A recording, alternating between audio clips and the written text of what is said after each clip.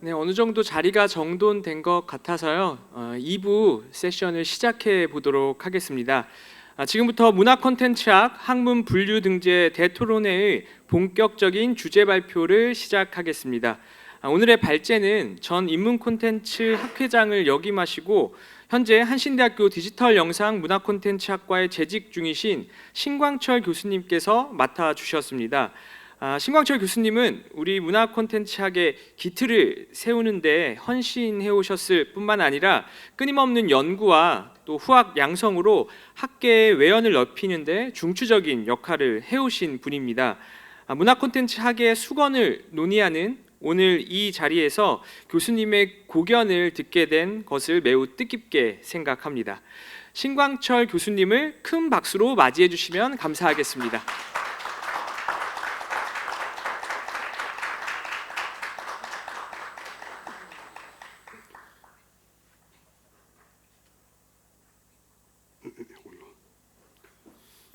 예, 방금 소개받은 한신대학의 신광철입니다. 저희 학과 이름이 상당히 깁니다. 디지털 영상 문화 콘텐츠. 친구들을 만나면 친구들이 농담 삼아 저한테 그럽니다. 좋은 건 다 갖다 붙였다, 뭐 이렇게 이야기를 하기도 합니다. 사실 문화 콘텐츠 학이라고 하는 학문이 그 학문이 시작한 지가 이제 20년이 넘었거든요. 그러니까 성년이 된 그런 시점이고 남학생이라면 군대를 가야 되는 그런 시점이기도 합니다. 오늘 드리는 말씀은 여러 자문위원들 모시고 공동으로 논의한 결과를 소개하는 자리가 되겠습니다. 목차는 이렇게 작성이 되어 있고요. 이 자리가 좀 불편합니다만 제가 좀 장소로 옮기겠습니다. 2025년 12월 27일에 글로벌 문화 콘텐츠 학회 동계 학술 대회에서 라운드 테이블을 열어서 오늘 제가 드리는 말씀과 똑같은 제목으로 토론회를 연 적이 있습니다. 그때 이제 후속 프로젝트가 필요하고 공론화 작업이 필요하다 하는 그런 인식이 모아져서 오늘 이 자리가 마련되었습니다. 동계학술대회 이후에 4차례에 걸친 소규모 테이블, 그러니까 자문회의를 열어서 가지고 논의를 수렴하였습니다. 이렇게 공동 연구의 성격을 지니는 것으로 봐주시면 감사하겠습니다.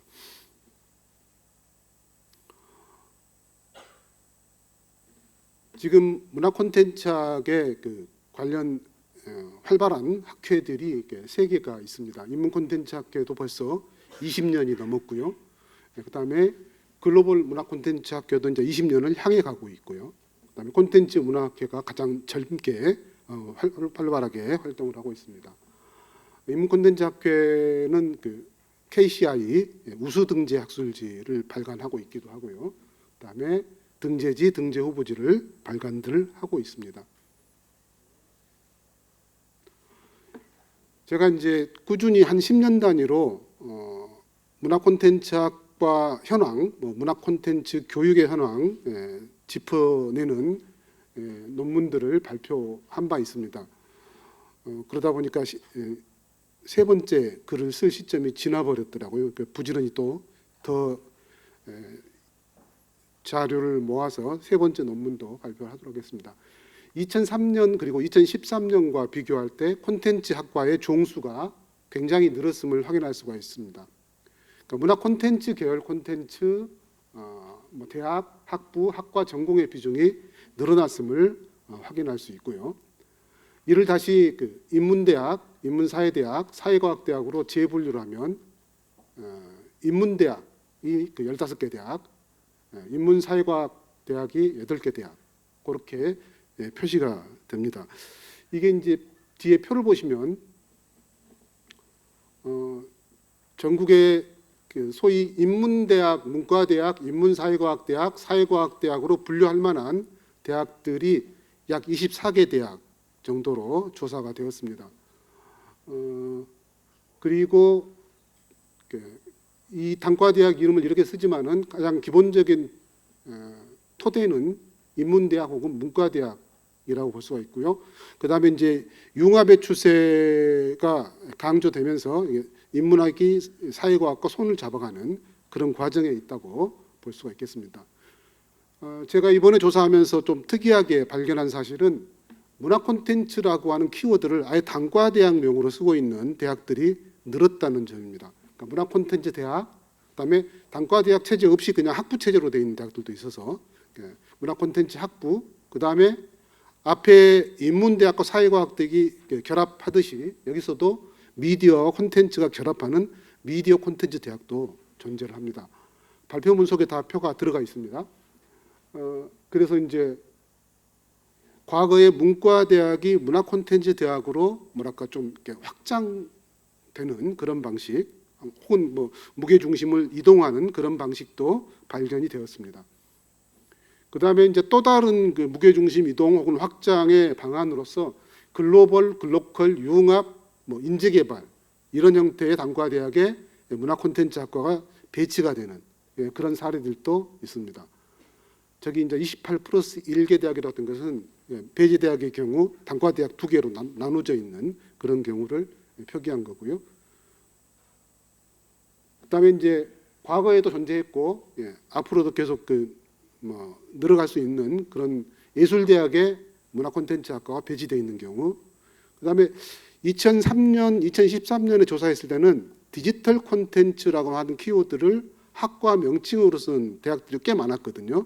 그런데 이번에 조사하니까 공과대학에서는 더 이상 콘텐츠라고 하는 것을 학과 명칭에 내세우는 키워드로 생각하지는 않고 있는 것 같습니다. 그래서 공과대학으로 남아있는 경우는 저 두 종류뿐인데, 가톨릭 대학교도 원래 시작할 때는 문과대학 베이스였다고 제가 기억을 하고 있고요.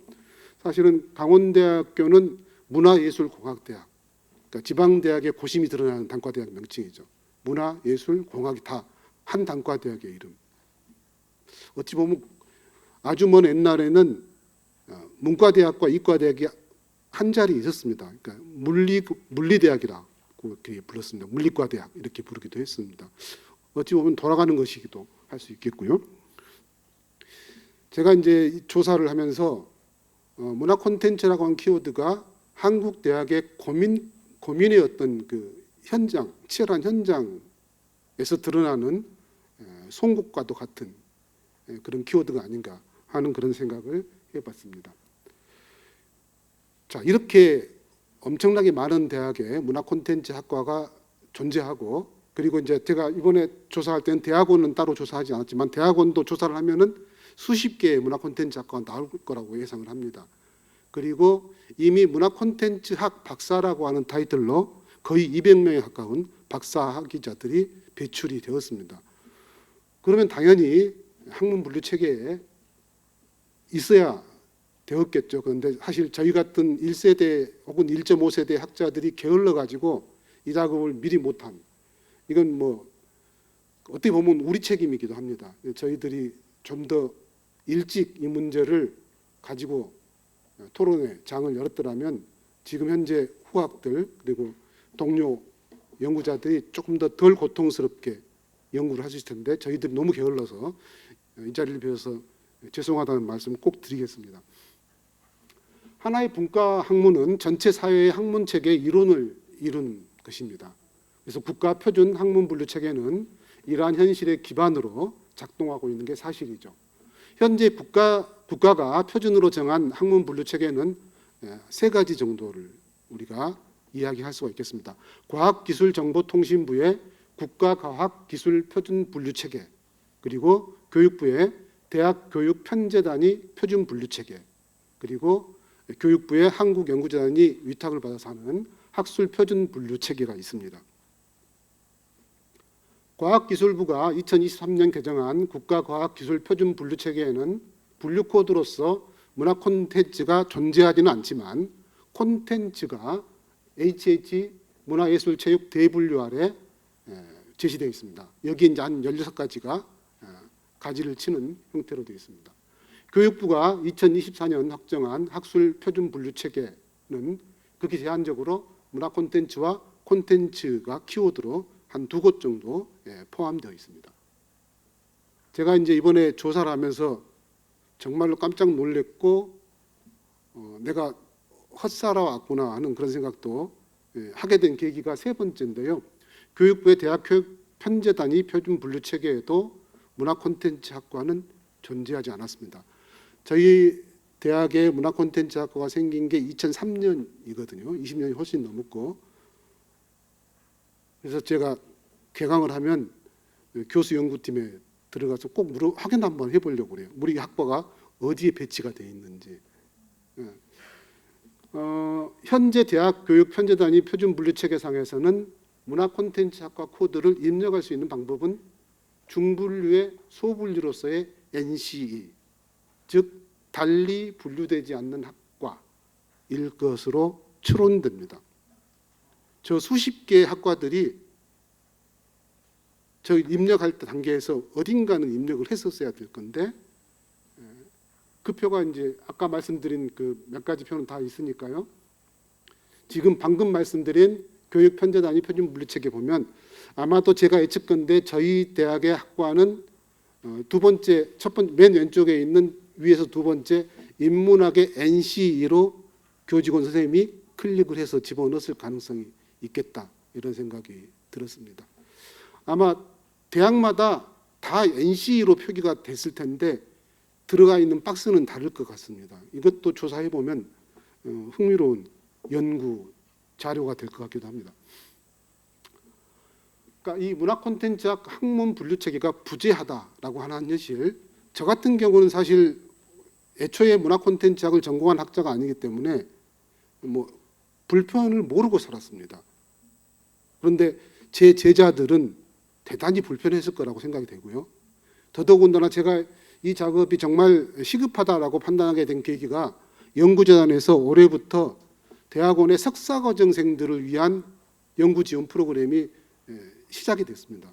그러니까 석사과정 학생들은 아직 연구를 본격적으로 시작하지 않은 단계이기 때문에 자기 테마를 찾아가지고 입력할 수 있는 그런 단계가 아닐 거라고 판단이 됩니다. 그러니까 정말 여기 혹시 석사과정 학생들이 계시다면 제가 다시 한번 사죄의 말씀드리겠습니다. 정말 우리가 좀 더 부지런했어야 되는데 하는 생각이 들었습니다. 그러니까 이상 말씀드린 3가지 사례를 통해서 학문 분류 체계에서 문화 콘텐츠학의 위상을 파악할 수가 있었습니다. 과학기술부에서는 콘텐츠에는 별도 분류 코드를 부여했지만 콘텐츠 비평이나 콘텐츠 스토리텔링 같은 인문학적 분야가 포함되지는 못했습니다. 이 분야에 대해서는 우리 임동욱 박사님께서 자세히 정리를 해주셨습니다. 교육부의 분류체계에서는 분류체계로서의 문화 콘텐츠학은 부재한 실정이며 교육부의 대학 교육 편제단위 표준 분류체계에도 문화 콘텐츠학과는 존재하지 않습니다.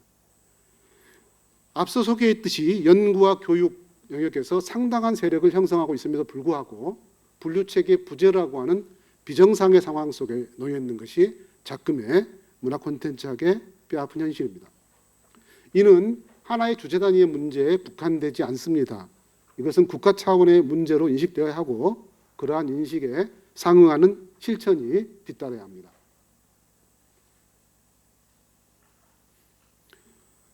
그래서 이제 자문위원회를 열어서 문화 콘텐츠학 학문 분류의 등재 방향을 어떻게 설정하시고 방법을 어떻게 할 것인가를 논의를 했습니다. 모든 자문위원들이 문화 콘텐츠학 학문 분류 등재의 필요성에 강한 공감을 표했습니다.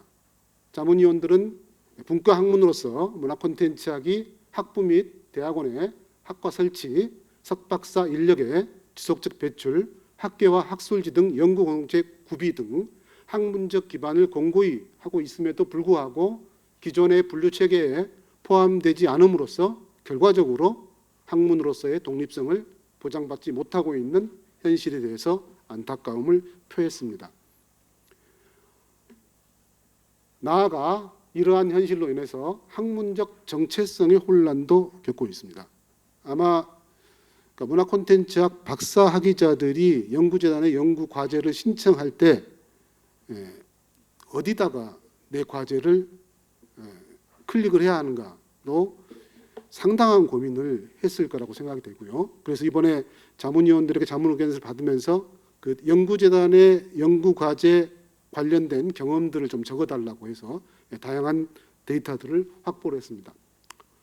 자, 대학원 졸업자들의 석박사 학위명이 문화콘텐츠학 석사, 박사로 표기되는 경우가 적지 않습니다. 그럼에도 불구하고 이들 연구자들이 한국연구자정보에서 KRI에서 연구자의 전공 분야를 문화콘텐츠학으로 기입할 방법이 현재로서는 없습니다. 연구과제 신청 과정에서도 문화콘텐츠학 분류가 부재함에 따라서 다른 학문의 분류 기준과 평가 잣대를 따를 수밖에 없는 한계가 있습니다. 자, 영화 비평에 대한 논문을 쓴다고 하더라도 영화학에다가 클릭해서 내 과제를 신청하는 거하고 문화콘텐츠학의 문화콘텐츠 비평의 관점에서 신청하는 건 다릅니다. 문화콘텐츠학과에서는 영화와 영화 콘텐츠를 구분해서 이야기하기도 하고 있습니다. 문화콘텐츠학은 오늘 축사나 한영사에서 자주 언급됐습니다만 다양한 측면에서 사회적, 시대적 역할과 영향 비중이 큰 학문 가운데 하나입니다. 오늘날 문화콘텐츠학은 AI 시대를 돌파할 상상력과 융합적 사고력의 원천을 제공할 수도 있습니다. 무엇보다도 K콘텐츠의 세계적 확산과 성과가 지속되고 있는 지금 문화콘텐츠 관련 연구는 정치, 경제, 사회, 문화 등 다양한 영역에서 주목받고 있습니다.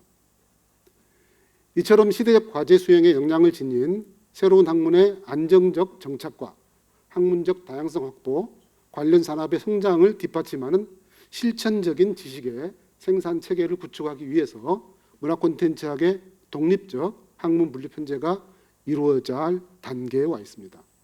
아니, 늦었습니다. 양적 질적으로 고도화된 문화콘텐츠 분야의 성과를 체계적으로 독려하고 관리하기 위해서는 학문 분류 체계 내에 독립된 코드를 확보하는 것이 가장 좋은 방법이 될 것입니다. 그래서 이제 출발점은 문화콘텐츠학의 학문의 뿌리를 어디에 둘 것인가입니다. 자문회의 및 자문의견서 분석 결과 총 11명의 자문위원 중에 8명의 위원이 대분류 인문학 의견을, 2명의 위원이 복합학 의견을 제시했고 1명의 위원은 제3의 의견을 제시했습니다. 이게 제가 글을 정리했을 때 시점입니다. 문화콘텐츠 학자들 스스로도 논점이 때에 따라서 이동합니다. 그러니까 사실 특히 이제 인문학으로 볼 것이냐, 복합학으로 볼 것이냐는 문화콘텐츠학이 출범했을 때, 그러니까 2002년도에 인문콘텐츠학회가 출범했을 때부터 지금까지 이슈화되고 있는 논제이기도 합니다. 저도 사실은 입장이 때에 따라 이동하기도 합니다. 그렇지만은 정해야 될 단계는 와 있는 것 같습니다. 자, 그러면 이제 자문위원들의 의견을 제가 좀 정리를 해봤는데요. 대분류로 인문학론을 제시하신 분들 이야기를 소개하겠습니다. 문화 콘텐츠는 인간의 문화적 욕구와 행위를 매체에 체화한 산물로서 인간의 의미와 서사, 상상력을 근간으로 하기에 그 연구 역시 인문학적 토대를 출발점으로 한다. 문화 콘텐츠학은 이러한 인문학적 기반 위에서 예술, 미디어, 기술, 산업 등으로 융합과 확장을 이루었으며 이는 문화 콘텐츠학의 방법적 특징이자 강점이다. 문화 콘텐츠학을 인문학 대분류에 포함시키는 것은 학문의 본질을 명확히 하는 동시에 인문학의 타 분야와 연결되어 확장될 수 있는 개방적 구조를 제도적으로 보장하는 선택이 될 것이다. 대분류 복합학론입니다. 문화 콘텐츠에서 문화의 복합적인 측면과 함께 콘텐츠의 그 다양성, 확장성, 그 지점이 강조가 되었습니다. 문화라고 한 단어가 가지고 있는 복합적인 의미와 콘텐츠라고 하는 단어가 지니는 내용이자 이를 표현하는 기술의 의미 모두 포함하기 위해서는 인문학보다는 복합학의 대분류에 포함되는 것이 보다 적합하다. 이런 주장입니다. 콘텐츠란 말 자체가 그 안에 내용과 형식이 다 들어가 있는, 그렇게 내용과 형식이 함께 짝패를 이루어서 이동하면서 자기 몸을 불리는 그런 개념이 이라고 할 수 있겠죠. 그러니까 이런 부분들이 복합학론의 토대가 되고 있습니다. 학문 분류에서 대분류가 학문의 뿌리와 관련되는 것이라면 중분류는 해당 학문의 특성 혹은 정체성과 관련되는 것입니다. 뭐 논점은 그렇습니다. 문화 콘텐츠학으로 하는 것이 좋으냐 아니면 인문 콘텐츠학으로 하는 것이 좋으냐라고 하는 것이 논점입니다. 자문위원들로부터 중분류 명칭에 대한 자문을 청한 결과 6명의 위원이 문화 콘텐츠학을, 3명의 위원이 인문 콘텐츠학을, 2명의 위원이 콘텐츠학을 제시했습니다. 중분류 문화 콘텐츠학론을 살펴보면 문화 콘텐츠학이 현재 대학 교육 현장에서 가장 압도적인 지지를 받는 명칭이라는 점, 그러니까 아까 인문대학, 문과대학, 문화 콘텐츠 대학으로 이렇게 분류할 수 있는 덩어리를 묶으면은 절대 다수라고 할 수가 있겠죠. 그리고 글로컬 대학들도 문과대학 기반에서 뻗어나간 그런 과정이라고 본다면 첫 번째 제가 정리한 대학 교육 현장에서 가장 압도적으로 활용되고 있는 명칭입니다. 또 문화 콘텐츠라고는 용어 자체가 사반세기 동안 대한민국의 정책, 정치, 경제, 경영, 사회문화 등의 거의 모든 영역에서 폭넓게 사용되면서 일반 명사화 되기에 이른 보편적 단어가 되었다는 점입니다. 그리고 이제 인문 콘텐츠학으로 했을 때는 인문학의 중분류로서 인문 콘텐츠학을 배치하면 과정은 쉽거든요. 근데 문화 콘텐츠학 그러면 좀 과정이 좀 복잡해지는 그런 흐름이 있죠. 그런데 이제 중분류 문화 콘텐츠학론을 주장하시는 분들은 이렇게 이야기합니다. 인문이라고 하는 용어가 콘텐츠의 소재적 측면에 국한되는 느낌을 줄 수 있는 반면에 문화는 이문학적 자산뿐만 아니라 대중문화, 예술, 생활 양식, 글로벌 시장에서의 문화적 교류까지 포괄하는 광범위한 개념이라는 점입니다. 그리고 이제 국제적 표준과의 정합성 문제도 고려해야 한다. 중분류 인문 콘텐츠 학론을 제기하신 분들은 현재까지 이 분야 연구의 동향을 살펴보면 인문학적 문제 의식에서 출발해서 콘텐츠란 형식으로 확장한 논문이 다수로 확인된다라고 한 점이고, 이게 이제 한 자문위원께서 한국외국어대학 글로벌 문화 콘텐츠학과 박사학위 논문 테마들을 생성형 AI와 함께 정리해 보니까 이런 결과가 나왔습니다. 대분류가 인문학인 만큼 중분류 명칭을 인문 콘텐츠로 설정하는 것이 좋을 것이라는 의견. 그다음에 학문적 정체성과 관련해서 콘텐츠를 인간의 의미 생산과 문화적 실천의 결과로 인식하고 연구 역시 인간 중심의 인문학적 해석을 출발점으로 한다는 학문의 정체성을 가장 분명히 드러낼 수 있기 때문이다. 그렇게 논의가 되게 됐습니다. 중분류 콘텐츠 학론을 제기하신 분들은 콘텐츠 개념의 포괄성을 입론으로 삼고 있고요. 콘텐츠가 본질적으로 그 안에 이미 문화적 내용과 매체가 결합된 개념으로 그 자체에 인간과 문화 의미가 내재되어 있고 향후 학문적 산업적 확장을 포괄할 수 있는 개방적 학문 명칭으로 발전할 가능성을 지니고 있다. 이런 의견이었습니다. 그다음에 이제 소분류 제한인데요. 이건 사실 누가 이 테이블을 만드느냐에 따라서 달라질 수 있는 사안이긴 합니다. 근데 지난번 글로벌 문화 콘텐츠학회 동계학술대회에서 제가 1차로 안을 한번 제시한 적이 있고요. 오늘은 이제 결론 부분에서 2차로 수정안을 여러 자문위원 선생님들의 의견을 받아들여서 수정안을 만들어 보았습니다. 자, 글로벌 문화 콘텐츠학회 라운드 테이블에서 인문학의 중분류의 하나로 A23000 문화 콘텐츠학 신설을 제안했고, 문화 콘텐츠학의 소분류 체계도 아주 간단하게 제안한 바 있습니다. 자문위원들에게 그러한 소분류 체계에 대한 평가와 추가 의견을 청했습니다. 그래서 결론부에 수정안을 제시해 보겠습니다. 제가 이제 지난 2025년 12월에 제시했던 문화 콘텐츠학 분류 소분류입니다. 그래서 인문학 대분류 인문학의 중분류로 문화 콘텐츠학 신설을 하고 그 문화 콘텐츠학 중분류 아래에 소분류를 이렇게 배치하자. 그래서 당시 제가 제안했던 것은 문화 콘텐츠 이론, 문화 운영, 문화 콘텐츠 기획, 문화 콘텐츠 스토리텔링, 문화 콘텐츠 산업 및 정책, 문화 콘텐츠 저작권, 문화 콘텐츠 기술 및 생태계, 문화 콘텐츠 비평 이렇게 제시를 했었습니다. 그다음에 이제 자문 의견서들을 받을 때 연구재단 과제 신청 과정에서의 경험을 제가 청했는데요. 발표 자료집에는 자세하게 정리가 되어 있습니다. 그리고 그 정리된 것은 아주 긴 내용을 제가 오늘 발표를 위해서 발췌해서 뽑아놓은 것입니다.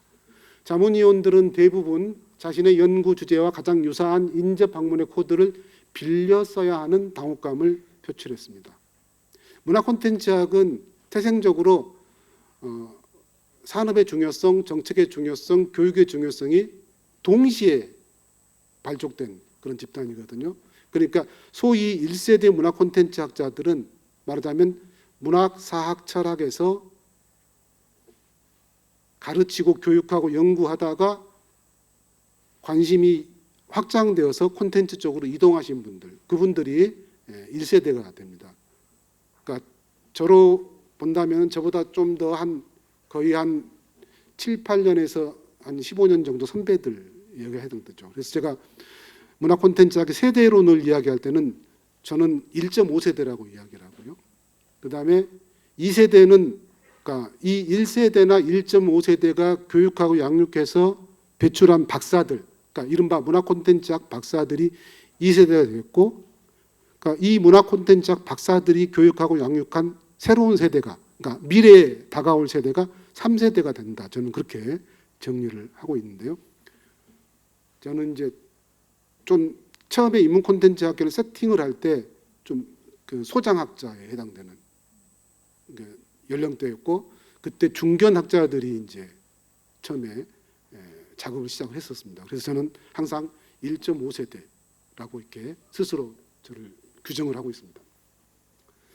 자, 여기 이제 제가 두 번째 줄에 빌려라고 하는 말에 그 따옴표를 쳤습니다. 그러니까 문화 콘텐츠학으로 학위를 받았는데 문화 콘텐츠라는 주제가 없기 때문에 내 연구 주제가 어디에 적합할까?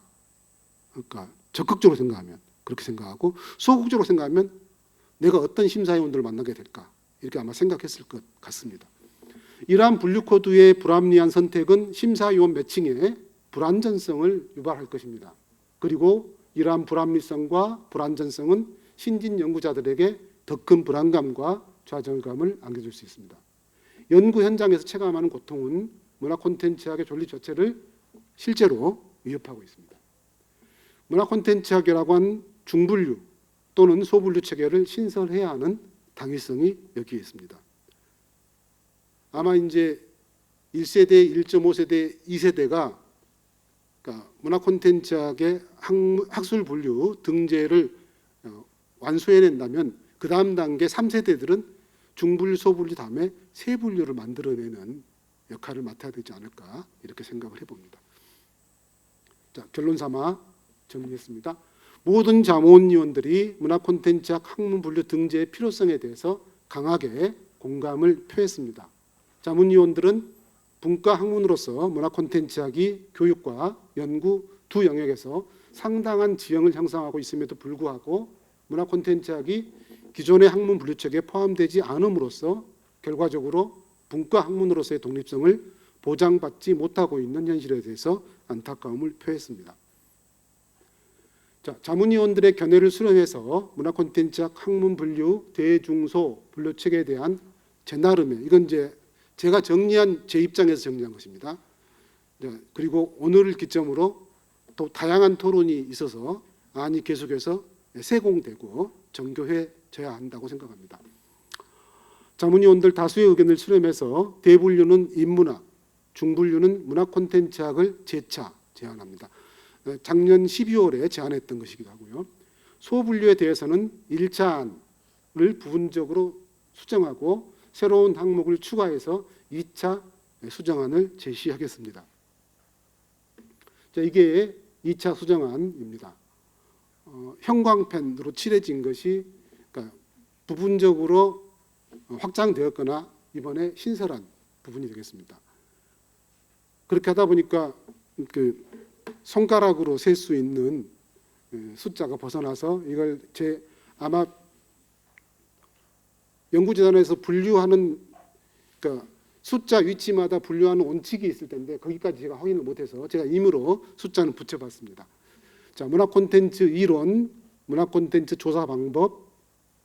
저게 이제 저쪽 분야로 직접적으로 연구하는 분들이 적다 하더라도 문화 콘텐츠학의 아이덴티티 형성에는 문화 콘텐츠학만의 조사 방법이 무엇인가에 대한 그런 연구가 필요하다고 생각이 되고요. 문화 원형, 그다음에 문화 콘텐츠 역사 및 아카이빙, 문화 콘텐츠 기획 및 제작. 제가 이제 첫 번째 안에서는 기획까지로만 했는데 사실은 문화 콘텐츠라고 하는 것은 기획과 제작이 서로 연동되어 있는 것이기도 해서 어떤 자문위원이 강력하게 제기한 문화 콘텐츠 기획 및 제작으로 확장시켜 봤습니다. 문화 콘텐츠 스토리텔링, 문화 콘텐츠 비즈니스, 문화 콘텐츠 산업 및 정책, 문화 콘텐츠 저작권, 문화 콘텐츠 기술 및 생태계, 문화 콘텐츠 수용자 및 팬덤 연구, 문화 콘텐츠 윤리, 문화 콘텐츠 교육, 문화 콘텐츠 비평, 지역 문화 콘텐츠, 글로벌 문화 콘텐츠, 문화 콘텐츠 장르 연구, 그다음에 문화 콘텐츠 비교 연구. 제가 그래서 이제 소분류 넘버링을 할 때 문화 콘텐츠 이론부터 시작해서 문화 콘텐츠 역사 및 아카이빙까지를 한 덩어리로, 그다음에 기획 및 제작에서 시작해서 비즈니스까지 한 덩어리로, 그다음에 산업 및 정책부터 시작해서 수용자 및 팬덤 연구까지 한 덩어리로, 그다음에 윤리, 교육 그 이하도 또 이렇게 덩어리를 좀 나눠서 이렇게 배치를 해봤습니다. 근데 이건 제가 머릿속으로 생각한 것이어서 연구재단의 학술분류 체계의 넘버링의 원칙을 확인해서 저 넘버링은 새롭게 해야 될 것 같고요. 그다음에 이제 1차안과 2차안을 놓고 볼 때 1차안은 제가 당시 1차안을 굉장히 소극적으로 준비를 했거든요. 그러니까 다른 대분류 다른 학문과 서로 상충하지 않게끔 최소한으로 잡았었는데 역시 이제 젊은 자문위원들 들어오니까 조금 더 적극적이 되었습니다. 그래서 저 형광펜 색깔 칠해져 있는 부분 중에서 일부는 대분류 다른 학문하고 좀 서로 이렇게 충돌할 수 있는 여지가 없지는 않습니다. 근데 이 부분들은 조금 더 정교하게 고민해야 될 것 같고요. 오늘 토론을 기점으로 이 부분은 좀 더 논의가 확장되기를 바랍니다. 여기까지 제가 준비한 내용이 되겠습니다. 혹시 질문 있으시면 시간이 좀 남아서 질문을 받도록 하겠습니다. 질문이 아니면 뭐 의견을 주셔도 좋습니다. 그럼 그 의견은 라운드 테이블에서 소화할 수가 있겠습니다.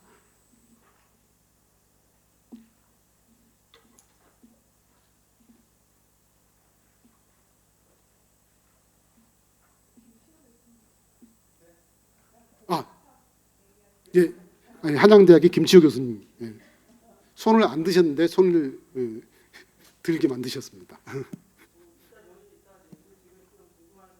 예, 콘텐츠에 대한 얘기도 있는데 예, 그 영문 명칭에 대한 부분들도 우리가 논의가 많이 되어 왔습니다. 지금 하신 거 보면 컬처럴 컨텐트 또는 컬처럴 컨텐츠로 표기된 부분도 있는데 네. 그 저희 한양대학교는 컬처 컨텐츠로 지금 표기를 하고 있습니다, 실제로. 그래서 네.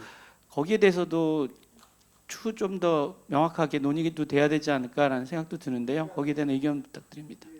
제가 이제 표기를 할 때 컬처럴 콘텐트로 표기할 때는 그것이 뒤에 오는 단어를 이렇게 수식하는 위치가 되면 그렇게 표기를 했고요. 그다음에 이것이 독자적으로 쓰이면 콩글리시인데 콘텐츠로 표기를 했습니다. 그러니까 수식의 지점이냐 독자적인 포지션이냐에 따라서 콘텐츠를 달리 쓰고 있고요. 지금 현재 한국 사회에서도 언론 중에 중앙일보는 한글 표기도 콘텐츠로 계속해서 지속적으로 그렇게 하고 있죠. 근데 저희도 학과 명칭을 콘텐츠 복수로 쓰고 있습니다.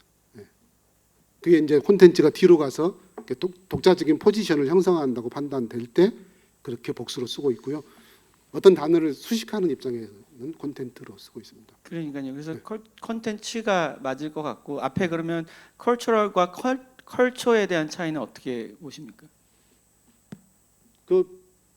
그냥 복수로 그냥 써왔고 저도 그렇게 쓰고 있습니다. 그래서 이 부분은 나중에 영문 명칭도 어차피 이제 이게 분류 체계로 확정이 되면 다 같이 공유해야 되는 거기 때문에 이 부분도 이제 세세하게 세심하게 앞으로 토론해 나가야 할 거라고 생각됩니다. 지금 주신 말씀은 잘 받아들여서 도시 정리하겠습니다. 감사합니다. 그러니까 지금 이제 중분류를 그러니까 대분류를 인문학으로 할 것이냐 복합학으로 할 것이냐, 그다음에 중분류를 문화 콘텐츠학으로 할 것이냐 인문 콘텐츠학으로 할 것이냐에 대한 토론은 라운드 테이블에서 좀 더 본격적으로 하시는 게 좋을 것 같고요. 그 외에 다른 부분들 아까 아주 김초 교수님께서 좋은 말씀 해주셔서 감사합니다. 또 다른 게 있으면 말씀해 주시고. 예.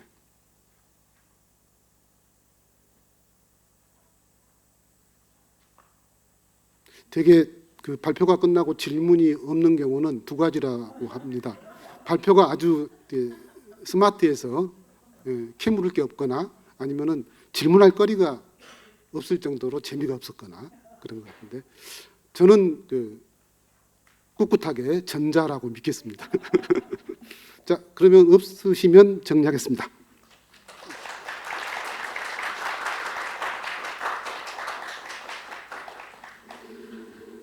네, 오늘 귀한 발표해 주신 신관지 교수님께 다시 한번 큰 박수 부탁드리겠습니다. 네, 우리 문화 콘텐츠학이 걸어온 지난 20년간의 어떤 성과를 되짚어보고 또 이 학술 분류 체계에 등재돼야 되는 그 필요성을 깊이 공감할 수 있는 시간이었던 것 같습니다. 특히나 우리 현장의 연구자들의 어려움을 잘 짚어주시고 다양한 의견들을 토대로 학술 등재의 방향성을 이렇게 제언해 주신 뜻깊은 발표였다고 생각합니다. 오늘 이 발표에서 던져주신 이 화두는 이어지는 3부 그 토론 세션에서 더 심도 있게 다루면서 더 많은 담론들이 나올 것이라고 생각합니다. 이후 진행될 3부 라운드 테이블에서는 좌장을 맡으신 서울디지털대학교 강소영 교수님께 마이크를 전달하도록 하겠습니다. 그래서 저는 여기까지 사회를 보겠습니다. 그래서 여기서 인사를 드리고요.